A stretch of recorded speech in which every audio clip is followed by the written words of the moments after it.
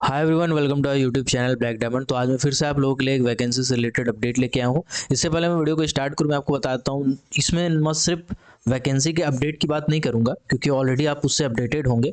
इसमें मैं बात करूँगा सिलेबस के बारे में, पैटर्न के बारे में, क्वेश्चन कैसे पूछे जाते हैं उसके बारे में, कौन से टॉपिक से ज़्यादा पूछे जाते हैं, कैसे आपको तैयारी करना है, कौन कौन सी बुक्स आपको प्रीफर करना है, उसके बारे में मैं डिटेल में बात करने वाला हूँ। तो अगर आप मैनेजमेंट ट्रेनिंग यानी कि ग्रेजुएट ट्रेनिंग की वैकेंसी अप्लाई कर चुके हैं या देख चुके हैं, तब भी इस वीडियो को लास्ट तक जरूर देखिएगा क्योंकि मैं मॉइल से खुद मतलब मॉइल में जॉब करता था, तो मुझे लगता है मैं अंदर की बहुत सारी बातें आपको बता सकता हूँ। चलिए, सबसे पहले आते हैं मॉइल लिमिटेड का ये वैकेंसी एडवर्टाइजमेंट के लिए। तो आपको मॉइल के ऑफिशियल वेबसाइट पे जाना है। इसके लिए आपको moil.nic.in पे आना है। मॉइल लिमिटेड में आपको क्लिक करना है। उसके बाद आपको स्क्रॉल करना है। स्क्रॉल करने के बाद नीचे में रिक्वायरमेंट सेक्शन आ जाएगा, यहाँ पे इसको आपको क्लिक करना है। क्लिक करते साथ ही आपके सामने जितने भी एडवर्टाइजमेंट होंगे वो ओपन हो जाएंगे।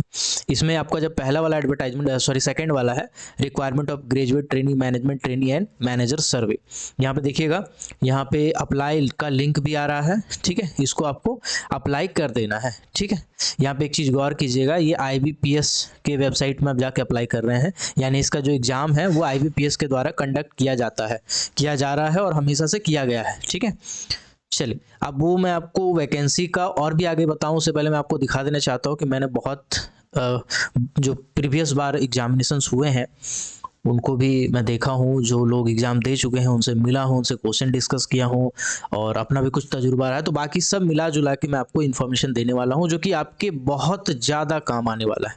ठीक है, तो इस वीडियो को बिल्कुल स्किप मत कीजिएगा अगर ये वैकेंसी अप्लाई कर रहे हैं तो। चलिए, तो रिक्वायरमेंट बेसिकली मॉइल मॉइल क्या है? मॉइल एक सेंट्रल गवर्नमेंट के अंदर में आने वाली PSU है, शेड्यूल ए की मिनीरत्न कंपनी है।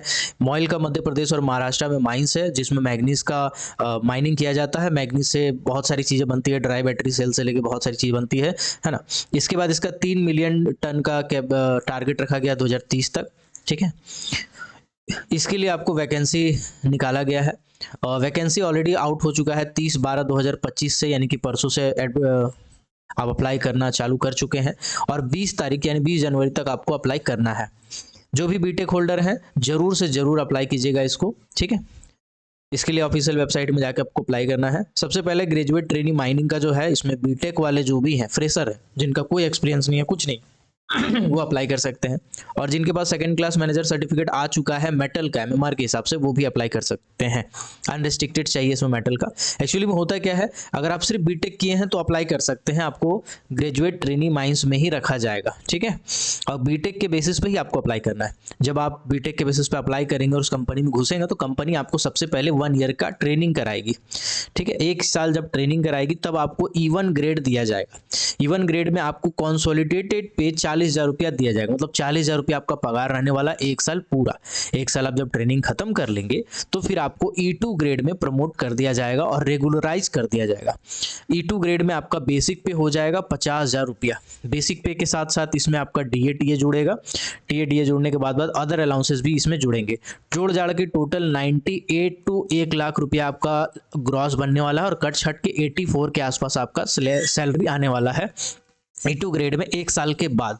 E2 ग्रेड में जब आप जाएंगे, जैसे E1 ग्रेड में ट्रेनिंग खत्म होगा, ट्रेनिंग खत्म होने के बाद E2 में जाएंगे तो फिर 1 साल का आपका प्रोबेशन पीरियड चलेगा। यहाँ का सिस्टम थोड़ा अलग है, यहाँ पे ऐसा ही चलता है। ठीक है, आपका ट्रेनिंग पीरियड खत्म होगा E1 में 1 साल का ट्रेनिंग पीरियड खत्म होने के बाद फिर E2 में प्रमोट होंगे। E2 में आपका फिर मिलने लगेगा 84,000, लेकिन इस टाइम आपका 1 साल प्रोबेशन पीरियड भी रहने वाला है। ठीक है, प्रोबेशन मीन्स बिहेवियर, परफॉर्मेंस, ये सब चीज़ों का परफॉर्मेंस। ठीक है, तो ये आपका हिसाब किताब मैंने बता दिया। और क्या है भैया, और अगर आप ग्रेजुएट ट्रेनी बन रहे हैं तो उस केस में आपको कुछ कुछ और भी बेनिफिट मिलेंगी, है ना, जो मैं बताता हूँ आगे आगे दिया भी है। मेडिकल फैसिलिटीज लेके क्वार्टर वगैरह सब कुछ आपको मिलने वाला है। PRP भी मिलता है प्रोडक्शन रिलेटेड पे साल में एक बार। ओके, चलिए, और जब आप 1 साल का ट्रेनिंग खत्म हो जाएगा तो आपको सेकंड क्लास सर्टिफिकेट जमा करना पड़ेगा, अनरिस्ट्रिक्टेड वाला, और गैस टेस्टिंग सर्टिफिकेट भी आपको जमा करना पड़ेगा। ओके, इसके साथ ही साथ अदर वैकेंसीज भी निकली हुई है। ग्रेजुएट ट्रेनिंग मैकेनिकल का, इलेक्ट्रिकल का, केमिकल का, बायोलॉजी का। जूलॉजी के लिए आपका पोस्ट ग्रेजुएट जूलॉजी में चाहिए, और आपका chemical, metallurgy, mineral processing, metallurgy का भी निकला हुआ है, ठीक है। मेटलर्जी जो बीटेक में किए हुए हैं अप्लाई कर सकते हैं, अच्छी कंपनी है। मैनेजमेंट ट्रेनिंग मटेरियल मैनेजमेंट, इसमें भी आप अप्लाई कर सकते हैं। सिस्टम पर्सनल में जो मैनेजमेंट ट्रेनिंग पर्सनल है, जिसको वेलफेयर ऑफिसर, पर्सनल ऑफिसर कहा जाता है, इसमें आपका पोस्ट ग्रेजुएट होना चाहिए, ठीक है। इसके बाद मार्केटिंग में एमबीए होना चाहिए, फुल टाइम यहाँ पे मांगता है। सर्वे के लिए जो बोला गया है, इसमें ये बोला गया है कि अगर आप ग्रेजुएट का डिग्री किए हैं, चाहे आप बीटेक किए हों, चाहे आप कोई भी अदर सर्टिफिकेट कोर्स की, बेसिकली ग्रेजुएशन आपका होना चाहिए, चाहे बीटेक हो चाहे सिंपल ग्रेजुएशन हो। इसके बाद अगर आपके पास सर्वे सर्टिफिकेट है, सर्वेयर का सर्टिफिकेट है, और साथ ही साथ 2 साल का एक्सपीरियंस है, ठीक है। अगर आप इंटरनल कैंडिडेट है, डिपार्टमेंटल है, तो 1 साल आपके लिए रखा गया है, बाकी बाहर के कैंडिडेट है तो आपको 2 साल का रखा गया है, ठीक है। तो इस केस में आप अप्लाई कर सकते हैं। अब ऐसे कैंडिडेट बहुत कम मिलते हैं, मैनेजर सर्वे का जो वैकेंसी है वो बहुत बार खाली गया है, ठीक है। सीटीसी इसमें 9.7 होना चाहिए, मतलब जो प्रीवियस प्राइवेट कंपनी में आप काम किए हैं वहाँ का जो सीटीसी है वो कम से कम इतना होना चाहिए, मतलब अच्छे खासे पोस्ट में आप काम किए हो तभी इतना सैलरी रहता है, असिस्टेंट सर्वे वगैरह में रहता है। तो कुल मिलाकर के इसमें बहुत कम कैंडिडेट मिलने वाले हैं आपको, अगर आप हैं तो आप बहुत लकी हैं, ठीक है। चलिए अब आते हैं सीधा सीधी, देखिए सीट बहुत ज़्यादा रखा गया, 23 सीट कम नहीं है बाबू, ठीक है। 23 सीट बहुत ज़्यादा सीट है, माइनिंग वाले का 23 सीट कम नहीं है, अच्छा खासा सीट निकला हुआ है। 12 अनरिजर्व कैटेगरी का, ईडब्ल्यूएस का 3 है, SC/ST का 4 2 प्लस 1 ओबीसी का 2 है ना। इसमें लेकिन जब रिजल्ट आता है तो पता नहीं चलता ओबीसी वाले किसको मिले सीट और इस वाला किसका मिले, सीधा लिस्ट आता है कि ये लड़के सेलेक्टेड है, नंबर कुछ नहीं पता चलता आपको, ठीक है। चलिए सीधा एक तो लिस्ट आता है कि आपका नाम है तो बुलाया गया इंटरव्यू में, नहीं है तो नहीं बुलाया गया इंटरव्यू में, बात खत्म। चलिए अब आते हैं आगे, सिलेक्शन प्रोसेस। देखिए सिलेक्शन प्रोसेस का क्या है, मैं आपको पूरा हिसाब किताब समझा ही देता हूँ, रुकिए 1 मिनट। देखिए ऐसा है, इसमें 2 सेगमेंट के टेस्ट होते हैं, सेगमेंट 1 एंड सेगमेंट 2। आप एक चीज मानिए या ना मानिए, अगर IBPS इसका एग्जाम कंडक्ट कर रहा है ना, तो सेगमेंट 1 जो होता है बहुत आसान होता है, समझाता हूँ आपको। 100 नंबर का आपका एग्जाम है, ठीक है। 100 नंबर का, सॉरी 85 मार्क्स का आपका CBT है, CBT आपका 85 मार्क्स का है, और 15 मार्क्स का आपका इंटरव्यू है। इस चीज को, पैटर्न को समझिएगा, 15 मार्क्स का आपका इंटरव्यू है, ठीक है। अभी जो 85 नंबर का CBT है, ये 85 नंबर का CBT में हर क्वेश्चन के 5 ऑप्शन मिलेंगे, हर क्वेश्चन के 5 ऑप्शन मिलेंगे। और किस्मत इसमें ऐसा है कि नेगेटिव मार्किंग रहता है, लोगों को नहीं पता रहता है, मारते हैं दनादन, लेकिन नेगेटिव मार्किंग रहता है। थोड़ा पढ़ लीजिएगा एग्जाम के टाइम, नेगेटिव मार्किंग रहता है 1/4। इस चीज़ पे ध्यान दीजिएगा, क्योंकि मॉइल के बाकी जो एग्जाम है, माइंड फॉर्मेट, माइंडमेट वगैरह वगैरह, इसमें नहीं रहता है, लेकिन नेगेटिव मार्किंग रहता है, ठीक है। इसमें 1/4 का नेगेटिव मार्किंग रहता है, इस चीज़ का आपको खास ध्यान रखना है, ठीक है। चल उसके बाद अब आते हैं आगे। अब इसमें मैंने कहा कि 85 नंबर का CBT होगा, ठीक है। कौन कंडक्ट करेगा? IBPS। हर बार वही का वही पैटर्न है। मॉइल का एक खास बात मैं आपको बता रहा हूं, ठीक है। इसको बताने से पहले मैं कुछ दिखा रहा हूं बाबू, ठीक। चलो दिखाता हूं, 1 सेकंड। देखिए मॉइल का ना पहले भी बहुत बार ग्रेजुएट इंजीनियर ट्रेनिंग का एग्जाम हुआ है, बहुत बार हुआ है पहले भी, ठीक है।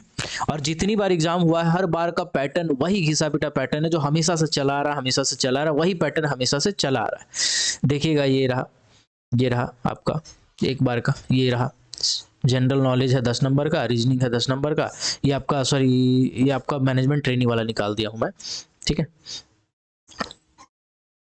नहीं ठीक है, बिल्कुल भाई सही है। मैनेजमेंट ट्रेनिंग का नहीं है, ये आपका पर्सनल वेलफेयर वाला है। तो इसका भी देखिए सिलेबस सेम है, और मैं आपको दिखाता हूँ, जस्ट अ सेकेंड। ये देखिए ग्रेजुएट ट्रेनिंग का प्रीवियस जो सिलेबस रहा है ना, मैकेनिकल ऑफ सर्वे मैनेजर वगैरह, इसका भी सेम है। माइनिंग वाला का भी अगर आप देखोगे ना, तो उसका भी सेम पैटर्न रहा है हमेशा से, हर साल हर बार का वही पैटर्न रहा है, बिल्कुल यही रहता है। अब इसमें क्या है मैं आपको समझा देता हूँ, समझिएगा। देखिए जनरल नॉलेज जो होता है वो 10 नंबर के पूछे जाते हैं, 10 क्वेश्चन पूछे जाते हैं, ठीक है। आपका 1.5 घंटे का टाइम मिलता है, 1.5 आवर आपको मिलता है पूरी, ठीक। अब ये जो 10 क्वेश्चन होते हैं ना, ये क्वेश्चन बहुत ही आसान टाइप के होते हैं, मतलब अगर आप अच्छे से पढ़ेंगे, जिसमें से करंट अफेयर लगभग 3-4 क्वेश्चन तो करंट अफेयर के रहते हैं, बाकी की अगर मैं बात करूं 5 से 6 क्वेश्चन या 7 क्वेश्चन ये आपके रहते हैं स्टैटिक जीके वाले, ठीक है, स्टैटिक जीके वाले।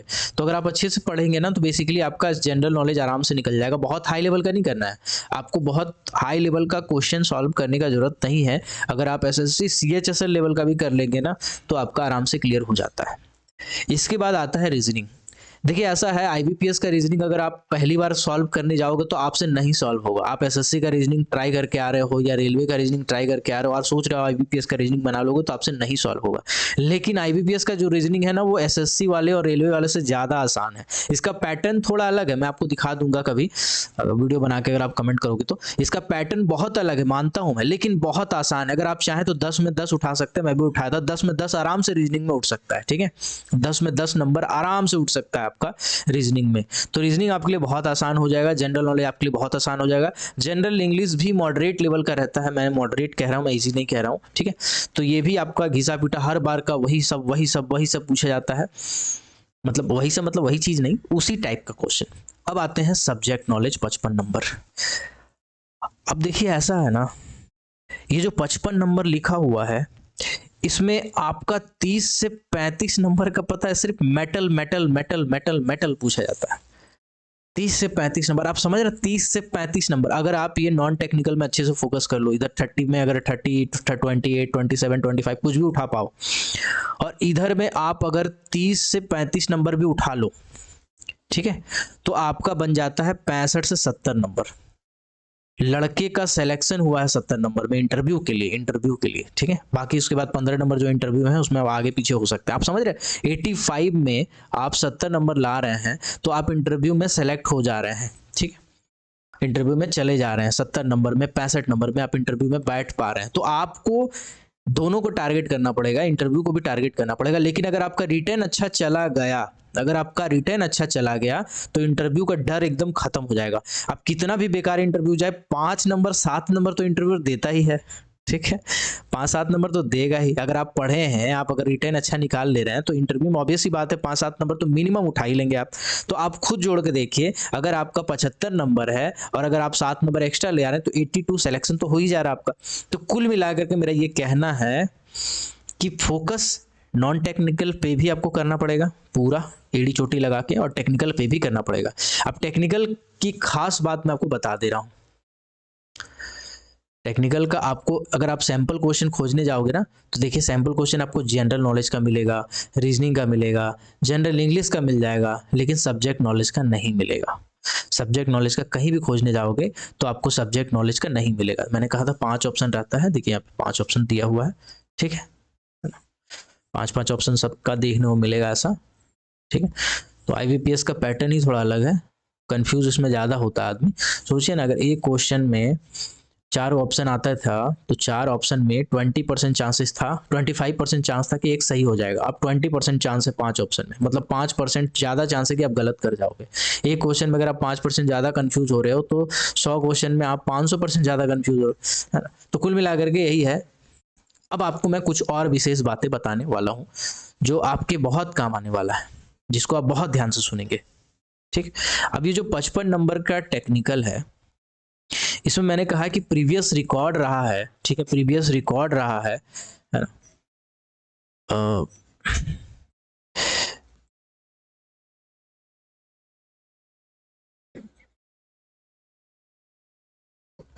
ठीक है, प्रीवियस ऐसा रिकॉर्ड रहा है हमेशा से, और भी पहले पहले का क्वेश्चन अगर आप देखोगे तो हमेशा से ऐसा रहा है कि ये ना मेटल के क्वेश्चन पे बहुत ज़्यादा फोकस करते हो और इतना डीप में घुस जाते हैं कि आपको किताब नहीं मिलता उस चीज़ का। आप अगर मार्केट में मेटल माइनिंग का बुक लेने जाओ तो हो सकता है आपको थ्योरी वाले किताब मिल जाएंगे, ठीक है, जिसमें वाईपी चचारकर साहब का किताब है, ठीक है। ये सब किताब आपके लिए बहुत इंपॉर्टेंट है, जरूर से जरूर याद कर लीजिए सब किताबों को। एक सुनील कुमार सिंह का किताब है, इसका थ्योरी वाला एक बुक आता है, वो जरूर पढ़ लीजिएगा, बहुत अच्छा किताब है वो, ठीक है। डीजे देशमुख आपका काम का जरूर है, लेकिन आप मेटल सेक्शन में सोचोगे डीजे देशमुख से आप कर लोगे।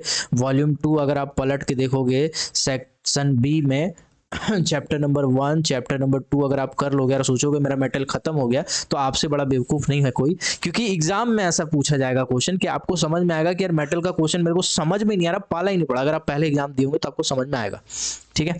तो मेटल माइनिंग का जो थ्योरी पोर्शन है, मेटल माइनिंग का जो क्वेश्चन जनरली देखने को मिलता है 30 से 35 क्वेश्चन लगभग वो कुछ इस तरह से देखने को मिलता है। MMR 1961 का प्लस सर्कुलर अपडेटेड, ठीक है, सर्कुलर के डाटा नहीं पूछता, सर्कुलर का जो मेन पॉइंट है वो सब पूछता है। तो कुल मिलाकर के MMR को अगर आप अपडेटेड वर्जन में किए हो और अच्छे से किए हो, उसके MCQ क्वेश्चंस को सॉल्व किए हो, तो आप बाजी मार जाओगे। MMR में आपके क्वेश्चन अच्छे खासे देखने को मिल जाते हैं, 10 12 13 क्वेश्चन देखने को मिल जाते हैं MMR से, ठीक है। इसके बाद आता है मेटल माइनिंग के क्वेश्चन। मेटल माइनिंग के क्वेश्चन में ना बहुत डीपली वो घुस जाता है, बहुत डीपली घुस जाता है। मतलब स्टॉपिंग का डायरेक्शन करके एक टॉपिक आता है, आप खोजोगे ना आपको किताब में मिलेगा ही नहीं। आप खोजो, जाओ खोजो, डीजे देशमुख मिल जाए तो बताना मेरे को। फिर ओपन स्टॉपिंग, ये सब जो टॉपिक है, इसको आप सोचते हैं ओपन स्टॉपिंग एक टाइप है, एक मेथड हो गया। नहीं नहीं, ऐसा नहीं है। उसके अंदर में बहुत सारी चीज़ें हैं जो आपको समझनी पड़ेंगी, पढ़नी पड़ेंगी। रील स्टॉपिंग है, ऐसे क्वेश्चन आपको देखने को मिलते हैं। कट एंड फिल मेथड है, कट एंड फिल तो आपका मॉइल के बहुत सारे माइंस में इस्तेमाल किया जाता है। रेस्यूइंग मेथड है, ठीक है। थर्मल मेथड है, थर्मल माइनिंग आप खोजने जाओगे आपको किताब में मुश्किल से मिलेगा, आपको मुश्किल से मिलेगा थर्मल माइनिंग क्या होता है। श्रिंकेज स्टॉपिंग वगैरह आपको मिल जाएगा देखने को किताबों में, नॉर्मल किताब भी अगर आप पढ़ोगे तो आपको मिल जाएगा। स्टॉप एंड पिलर मेथड है, ठीक है। ये सब क्वेश्चन देखने को मिलेगा आपको। जो मैं लिख रहा हूँ ना टॉपिक, ये टॉपिक नहीं है, सब चैप्टर्स हैं। इसको टॉपिक समझने की गलती मत करना, ठीक है। इतना अंदर घुस के क्वेश्चन पूछेगा ना, ठीक है, कि आपको लगेगा कि यार क्या ही पूछ दिया भाई, मैं तो पढ़ के गया था, मैं तो डीजे देशमुख पढ़ के गया था, मैं तो ये पढ़ के गया था, मैं तो एक गोराई पढ़ के गया था, ठीक है। मेटल माइनिंग में थोड़े पैटर्न इसके अलग हो जाते हैं और हमेशा से यही पूछता आया है। तो आपके लिए बहुत बड़ा प्लस पॉइंट है कि अगर आप इसके सिलेबस को क्रैक कर लिए, अगर आप इसके सिलेबस को क्रैक कर लिए तो आप बहुत बहुत आगे बढ़ सकते हो, ठीक है। बहुत अच्छा स्कोर कर सकते हो आप, इसके सिलेबस को क्रैक तो करो।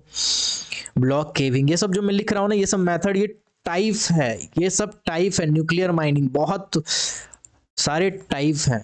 टॉप स्लाइसिंग मेथड, ठीक है। बाकी आपका डेवलपमेंट, मेटल माइनिंग में जो डेवलपमेंट होता है, ठीक है, डेवलपमेंट के साथ साथ जो स्टॉपिंग होता है ना, स्टॉपिंग होता है, ठीक है। तो ये सब जो टॉपिक लिख रहा हूँ ना, MMR तो भाई साहब इतने क्वेश्चन रहेंगे कि आपको पता ही नहीं चलेगा ये MMR का क्वेश्चन है कि MMR का क्वेश्चन नहीं है। ऐसे क्वेश्चन भी आएंगे जो आपका MMR से रहेगा लेकिन आपको पता नहीं चलेगा। मेटल माइनिंग में बहुत सारे डिटेल में टॉपिक पूछे जाते हैं, अंदर घुस के क्वेश्चन पूछे जाते हैं। तो आप अगर हल्के हल्के किताबों को पढ़ के यार हल्के हल्के MCQ क्वेश्चन सॉल्व करके आप सोचते हो कि आपका निकल जाएगा, तो आपको बहुत दिक्कत होने वाला है। इसलिए आपको बहुत सारी किताबें पढ़नी पड़ेंगी। अगर आप खुद से पढ़ना चाहते हो तो बहुत अच्छी बात है, आप YP चचारकर साहब का किताब उठाइए, पूरा चार्ट जाइए। सुनील कुमार सिंह साहब का किताब उठाइए, पूरा चार्ट जाइए, थ्योरी वाला पार्ट, ठीक है। बाकी न्यूमेरिकल वाला आपको ज़्यादा डिटेल में करने की जरूरत नहीं है। डीजे देशमुख साहब का अगर आप किताब उठाएंगे तो उसको आप पूरा पढ़ जाइए। डीजे देशमुख वॉल्यूम 1 2 3 तीनों पढ़ना है। कोल वाले चैप्टर को अलग करके, जो मेटल वाले हैं, जो वेंटिलेशन वाला वॉल्यूम 2 है, वॉल्यूम 3 में जो आपका वाइंडिंग से स्टार्ट होता है, रस्सा वस्सा रॉप वॉप, वो तो आपको पढ़ना पड़ेगा, ठीक है। इसके साथ ही आपको अगर कुछ और भी किताबें पढ़नी है तो एक आपका प्रोफेसर SC, ये किताब शायद मिलेगा मार्केट में कि नहीं मिलेगा मेरे को आइडिया नहीं है भाई, मैं पढ़ा था। SC भूमिक साहब का एक किताब है जो कि IIT ISM के प्रोफेसर है, IIT ISM के प्रोफेसर हैं धनबाद के, ठीक है। अगर ये किताब मिल गया तो आप लकी हैं ठीक है, आप लकी हैं कि आपको अगर ये किताब मिल गया। इस किताब का नाम मैं लिख दे रहा हूँ, अंडरग्राउंड मेटल माइनिंग। खोजो मिलता है तो, underground metal mining by professor SC भूमिक साहब का किताब है। अगर ये बुक मिलता है, बहुत अच्छा से अंडरग्राउंड मेटल माइनिंग को समझाया है, ठीक है, इसको पढ़ सकते हैं। और एक YP चचारकर साहब का जो मैं किताब बता रहा हूँ, ये सब किताबें ऐसे हैं ना जो मेटल माइनिंग की जड़ तक जाती हैं। लेकिन आप अगर ऑब्जेक्टिव सॉल्व करने के लिए अंबुजा दास साहब का किताब 2-4 प्रैक्टिस मार ले रहे हैं, या मेटल माइनिंग के और जो बाकी किताबें हैं उसको प्रैक्टिस मार ले रहे हैं, तो वो किताबें काम आती है। लेकिन जो अदर एग्जामिनेशन है, DGMS एग्जामिनेशन के पर्पस में आप सोच सकते हैं, UCL के कुछ क्वेश्चंस आते हैं, CL के कुछ क्वेश्चंस आते हैं जो उनसे मैच कर जाते हैं। बट अगर मॉइल का देखेंगे तो मॉइल का पूरा पैटर्न ही अलग है। मैं अंदर की बात इसलिए बता पा रहा हूँ क्योंकि मैं उसमें काम किया हूँ, मैं जानता हूँ, मैंने एग्जामिनेशन दी है तो मैं जानता हूँ उसको अच्छे से, इसलिए मैं इसको आपको बता पा रहा हूँ, ठीक है। अब रही बात, आपके लिए एक ऑफर है मेरा, ठीक है, एक तरह से कहें तो हेल्प भी हो सकता है।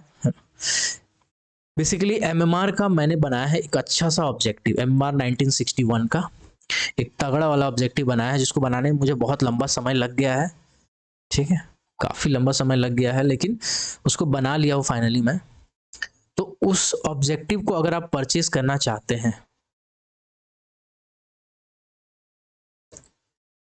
ठीक है, अगर ये ऑब्जेक्टिव को आप परचेस करना चाहते हैं तो एमएमआर का, अगर ये ऑब्जेक्टिव का बुक अगर आप सॉल्व कर लेते हैं तो एमएमआर का एक भी क्वेश्चन आपका नहीं छूटेगा, क्योंकि इससे ज़्यादा क्वेश्चन बन ही नहीं सकता था।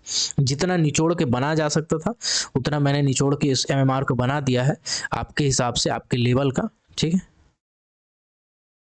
तो आप इसको चाहें तो जस्ट अ सेकेंड,